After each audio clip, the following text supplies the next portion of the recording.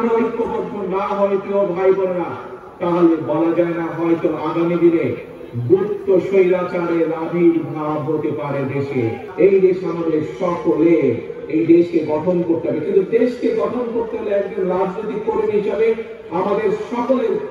প্রথম দায়িত্ব হচ্ছে দেশ গঠনের যে শক্তি অর্থাৎ জনগণ, সেই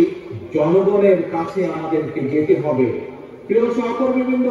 এইরকম মিটিং করে করে জনগণের কাছে গেলে চলবে না। আপনাদের প্রত্যেককে 2 জন 3 জনের ছোট ছোট টিম করে জনগণের ঘরের দুয়ারে যেতে হবে, ঘরে ঘরে জনগণের কাছে যেতে হবে, জনগণের কাছে পৌঁছে দিতে হবে যে আমরা বাংলাদেশ জাতীয়তাবাদী দল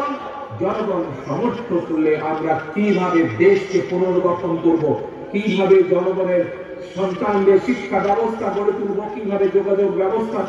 গড়ে তুলব, কিভাবে দেশের নারীদের আমাদের ক্ষমতায়ন করব, কিভাবে দেশের কৃষকদের পাশে এসে বিএনপি দাঁড়াবে, কিভাবে দেশের শিক্ষা ব্যবস্থা, দেশের স্বাস্থ্য ব্যবস্থা গড়ে তুলবে, এই কথাগুলো জনগণের কাছে পৌঁছে দিতে হবে। জনগণের সর্বস্তরের জনগণ, সেটি কিশোর হোক, সেটি তরুণ হোক, সেটি মধ্যবয়স্ক হোক, সেটি মুরব্বী হোক, নারী হোক, পুরুষ হোক, সকল জনগণের সামনে পৌঁছে দিতে হবে, সকল জনগণের কাছে ঘরে ঘরে পৌঁছে দিতে হবে, জনসভা করে না। প্রিয় সহকর্মীবৃন্দ, প্রিয় কর্মী ভাইরা, প্রিয় ডেলিগেট বৃন্দ, কাউন্সিলর বৃন্দ, একটি কথা মনে নিতে হবে, আমাদের লক্ষ্য এখন একটি থাকতে হবে, ঐক্য, জনগণ এবং দেশ গঠন। প্রিয় ভাই বোনেরা, এখানে বহু মুরব্বী উপস্থিত আছে,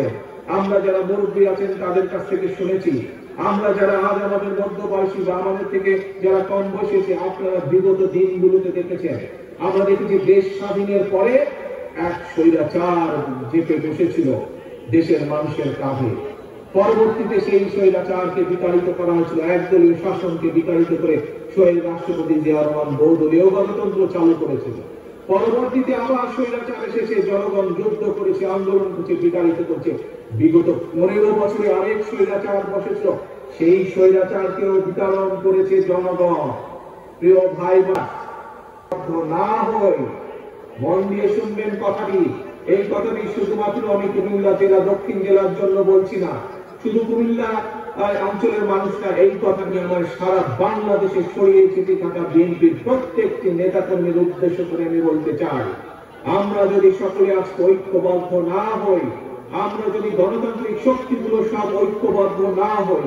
আমরা যদি দেশের জনগণকে আজকে ঐক্যবদ্ধ করতে না পারি, তাহলে দেশ স্বাধীনের পরে যেভাবে স্বৈরাচার চেপে বসেছিল, তাহলে 2008 সালে তথাকথিত নির্বাচন দিয়ে, 1/11 পরে তথাকথিত নির্বাচন দিয়ে যেভাবে স্বৈরাচার ফ্যাসিস্ট দেশের কাঁধে চেপে বসেছিল, যদি আমরা জনগণকে বুঝাতে সক্ষম না হই, যদি আমরা ঐক্যবদ্ধ না হই প্রিয় ভাই বোনেরা, তাহলে বলা যায় না হয়তো আগামী দিনে গুপ্ত স্বৈরাচারের আবির্ভাব হতে পারে দেশে। তাদের গুপ্ত স্বৈরাচার থেকে দেশকে রক্ষা করতে হবে, দেশের মানুষকে রক্ষা করতে হবে আমাদের। আসুন